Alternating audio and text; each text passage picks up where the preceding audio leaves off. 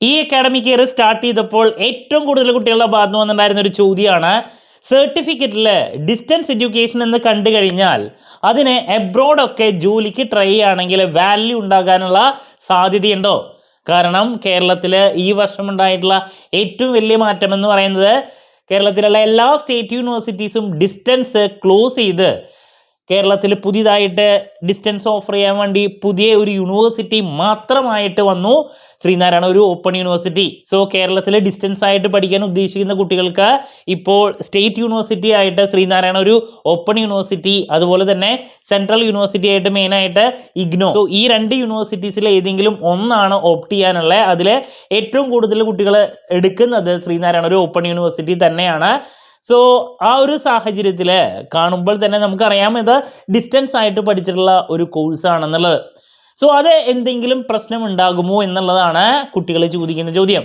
ഇതിനുള്ള മറുപടിയാണ് നമ്മൾ ഈ ഒരു വീഡിയോയിൽ ഇൻക്ലൂഡ് ചെയ്തിട്ടുള്ളത്. വീഡിയോയിലോട്ട് പോണേക്കാൾ മുമ്പ് പറയാനുള്ളത്, നമ്മുടെ സ്ഥാപനം BCom, BBA, MCom, MBA ഈ 4 കോഴ്സസിനും ഓൺലൈനായിട്ട് കോച്ചിങ് പ്രൊവൈഡ് ചെയ്യുന്ന സ്ഥാപനമാണ്. ലൈവ് ക്ലാസ് ഗൂഗിൾ മീറ്റിലൂടെ പ്രൊവൈഡ് ചെയ്യുന്നു. വീഡിയോ ക്ലാസ്സിൻ്റെ റെക്കോർഡും ആക്സസ് ചെയ്യാൻ സാധിക്കും.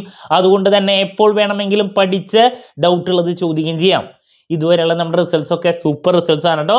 സോ നമ്മുടെ ക്ലാസ്സിൽ ജോയിൻ ചെയ്ത് പഠിച്ച് നല്ല മാർക്ക് മേടിക്കാൻ താല്പര്യമുള്ള കുട്ടികൾക്ക് ഡിസ്ക്രിപ്ഷൻ ബോക്സിലുള്ള എൻ്റെ വാട്സപ്പ് നമ്പറിൽ കോൺടാക്ട് ചെയ്യാം, ക്ലാസ്സസ് ആക്സസ് ചെയ്യാം. ശ്രീനാരായണ ഒരു ഓപ്പൺ യൂണിവേഴ്സിറ്റിയുടെ MComൻ്റെ ക്ലാസ്സസ് നമ്മൾ ഓൾറെഡി ആരംഭിച്ചു കഴിഞ്ഞു. BCom, BBA ഈ മാസം ആരംഭിക്കും. ഓക്കെ, സോ നമുക്ക് എന്തെങ്കിലും വീഡിയോയിലോട്ട് പോകാം. അപ്പോൾ നിങ്ങളുടെ അടുത്ത് പറയാനുള്ള ആദ്യത്തെ ഒരു കാര്യം, നിങ്ങൾ പലരും ഇതുവരെ ഇപ്പോൾ കാലിക്കറ്റ് യൂണിവേഴ്സിറ്റി അതല്ലെങ്കിൽ കേരള യൂണിവേഴ്സിറ്റി ഇവരൊക്കെ ഓഫർ ചെയ്യുന്ന, കേരളത്തിലുള്ള മറ്റ് സ്റ്റേറ്റ് യൂണിവേഴ്സിറ്റീസ് ഓഫർ ചെയ്യുന്ന ഡിസ്റ്റൻസ് എഡ്യൂക്കേഷൻ ആയിരിക്കും പഠിച്ചിട്ടുണ്ടാവുക. അപ്പോൾ കുട്ടികൾ എൻ്റെ അടുത്ത് പറയാറുണ്ട്, കാലിക്കറ്റ് യൂണിവേഴ്സിറ്റിയുടെ ഒക്കെ സർട്ടിഫിക്കറ്റിൽ നോക്കിക്കഴിഞ്ഞാൽ അത് ഡിസ്റ്റൻസ് ആണോ റെഗുലർ ആണോ എന്നുള്ളത് മനസ്സിലാക്കാൻ സാധിക്കില്ല. അപ്പോൾ നിങ്ങളുടെ അടുത്ത് പറയാനുള്ള ഒരു കാര്യം, നിങ്ങൾ ഡിസ്റ്റൻസ് ആയിട്ടാണോ റെഗുലർ ആയിട്ടാണോ എന്നുള്ളത് മനസ്സിലാക്കാൻ നിങ്ങളൊരു ഇൻ്റർവ്യൂവിനാവട്ടെ അതല്ലെങ്കിൽ ഹയർ പൊസിഷനിലോട്ടാവട്ടെ എന്ത് പർപ്പസിനാണ് എങ്കിലും നിങ്ങൾ പോവുകയാണെങ്കിൽ ഈസി ആയിട്ട് അത് നോക്കിയാൽ മനസ്സിലാക്കാൻ സാധിക്കും. ഡിസ്റ്റൻസിൻ്റെ കോഴ്സിൻ്റെ കേസിലോട്ട് പോകുന്ന സമയത്ത് ഇപ്പോൾ നമ്മുടെ സ്ഥാപനം തന്നെ ഇൻ്റർവ്യൂ എടുക്കുന്ന സമയത്ത് കാലിക്കറ്റ് യൂണിവേഴ്സിറ്റിയിലത്തെ ഒരു സർട്ടിഫിക്കറ്റ് കാണുമ്പോൾ അതിൻ്റെ കൂടെ തന്നെ എന്താണെങ്കിലും ഒറിജിനൽ സർട്ടിഫിക്കറ്റിൻ്റെ കൂടെ മാർക്ക് ലിസ്റ്റ് എന്ത് പർപ്പസിനാണെങ്കിലും വേണ്ടതായിട്ട് വരും. നിങ്ങളൊരു ജോബിന് പോകുന്നുണ്ടെങ്കിൽ അവിടെ മസ്റ്റായിട്ട് വേണ്ടതാണ് ഈ സർട്ടിഫിക്കറ്റിൻ്റെ കൂടെ അതിൻ്റെ മാർക്ക് ഷീറ്റ്. എബ്രോഡൊക്കെ പോകുന്ന സമയത്ത് പലപ്പോഴും ട്രാൻസ്ക്രിപ്റ്റ് വേണമെന്ന് പറയും. ട്രാൻസ്ക്രിപ്റ്റ് ഉണ്ടെങ്കിൽ നമുക്ക് കാര്യമല്ലോ.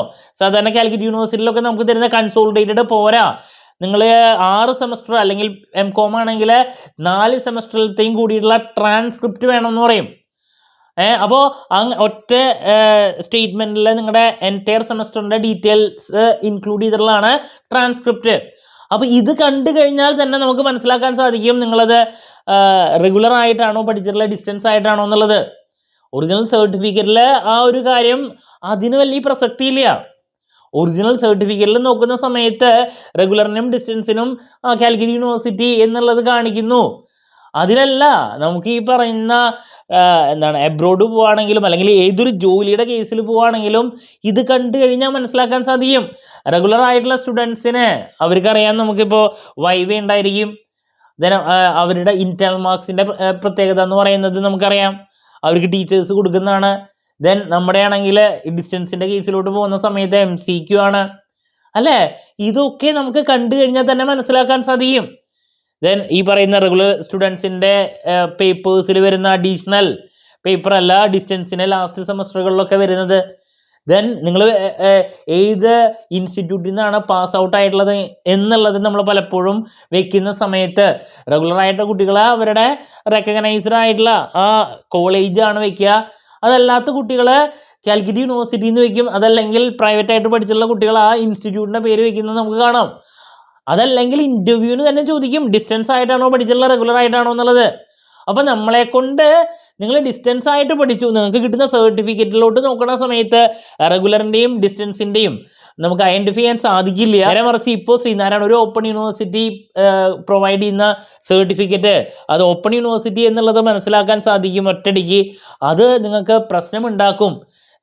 പ്രശ്നമുണ്ടാകാനുള്ള സാധ്യതയുണ്ട് എന്ന് ഒരുപാട് കുട്ടികൾ സംശയം പറയുന്നുണ്ട്. നിങ്ങളുടെ അടുത്ത് പറയാനുള്ള മെയിൻ കാര്യം, നിങ്ങൾ പഠിക്കുന്ന യൂണിവേഴ്സിറ്റി അതിന് UGC റെക്കഗ്നീഷൻ ഉണ്ടോ, അവർ പ്രൊവൈഡ് ചെയ്യുന്ന കോഴ്സിന് UGC റെക്കഗ്നീഷൻ ഉണ്ടോ, ഇതാണ് മെയിനായിട്ട് എപ്പോഴും ഫോക്കസ് ചെയ്യുക.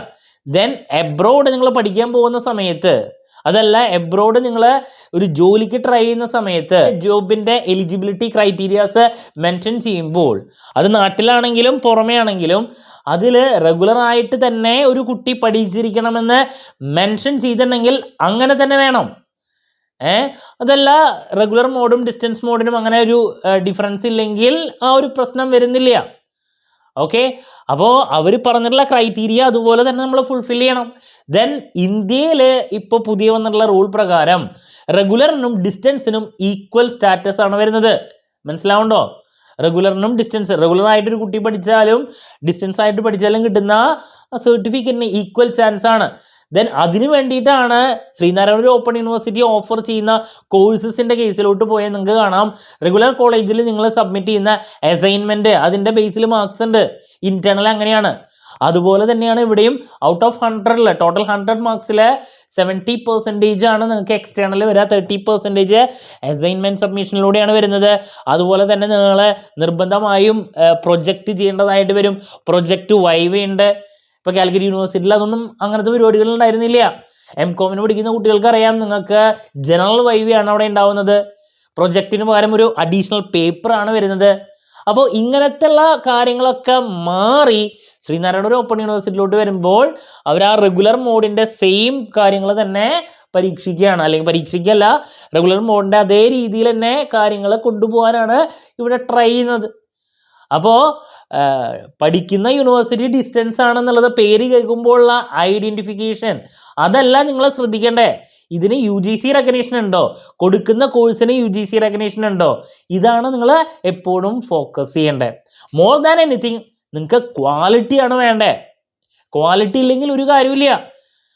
ക്വാളിഫിക്കേഷൻ ഉള്ള ഒരുപാട് കുട്ടികളുണ്ട്, ബട്ട് നിങ്ങൾക്ക് ക്വാളിറ്റി ഉണ്ടെങ്കിൽ എവിടെയും നിങ്ങൾക്ക് ജോലി ലഭിക്കും എന്നുള്ളതാണ്. ഓക്കെ, അപ്പോൾ ഈ അക്കാഡമിക് ഇയർ സ്റ്റാർട്ട് ചെയ്തപ്പോൾ ഒരുപാട് കുട്ടികൾ ചോദിച്ചൊരു കാര്യമാണത്.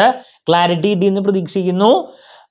നിങ്ങൾ ഇതിനേക്കാൾ മുമ്പ് ഇപ്പോൾ കാലിക്കറ്റിലെ ഡിസ്റ്റൻസ് പഠിച്ചാണെങ്കിലും ഏത് യൂണിവേഴ്സിറ്റിയിലെ ഡിസ്റ്റൻസ് പഠിക്കുകയാണെങ്കിലും ഇതും വെച്ച് നിങ്ങളൊരു ജോലിക്ക് പോവുകയാണെങ്കിൽ അത് ഡിസ്റ്റൻസ് ആണോ റെഗുലർ ആണോ എന്നുള്ളത് അവിടെ ഇരിക്കുന്ന ആൾക്കാർക്ക് ഈസി ആയിട്ട് മനസ്സിലാക്കാൻ സാധിക്കും. അത് മനസ്സിൽ വയ്ക്കുക. ദെൻ രണ്ടാമത് പറയാനുള്ളത്, ശ്രീനാരായണ ഓപ്പൺ യൂണിവേഴ്സിറ്റി ഡിസ്റ്റൻസ് ആണ് അവർ ക്ലാസ് ഓഫർ ചെയ്യുന്നത്. ദെൻ അതിന് റെഗുലറിൻ്റെ അതേ ഈക്വൽ ഓപ്പർച്യൂണിറ്റി തന്നെയാണ്, സ്റ്റാറ്റസ് തന്നെയാണ് ഇപ്പോൾ ഗവൺമെൻറ്റൊക്കെ ഓഫർ ചെയ്തിട്ടുള്ളത്. നിങ്ങൾ പഠിക്കാൻ ആഗ്രഹിക്കുന്നവരാണെങ്കിൽ ഏത് പ്രായത്തിലും നിങ്ങൾക്ക് പഠിക്കാൻ താല്പര്യമുള്ള കോഴ്സസ് ശ്രീനാരായണ ഓപ്പൺ യൂണിവേഴ്സിറ്റിയിലൂടെ ഇപ്പോൾ കേരളത്തിൽ പഠിക്കാനുള്ള അവസരം ഉണ്ടെന്നുള്ളതാണ് കേട്ടോ. എന്ത് ഡൗട്ട് ഉണ്ടെങ്കിൽ കമൻറ്റ് ചെയ്യുക, അതിനുള്ള മറുപടി ഞാൻ വീഡിയോസിലൂടെ നൽകുന്നതായിരിക്കും. മറ്റൊരു വീഡിയോയുമായി വീണ്ടും കാണാമെന്നുള്ള പ്രതീക്ഷയോടെ നിർത്തുന്നു. This is Kiran CS signing off. Have a nice day. Thank you.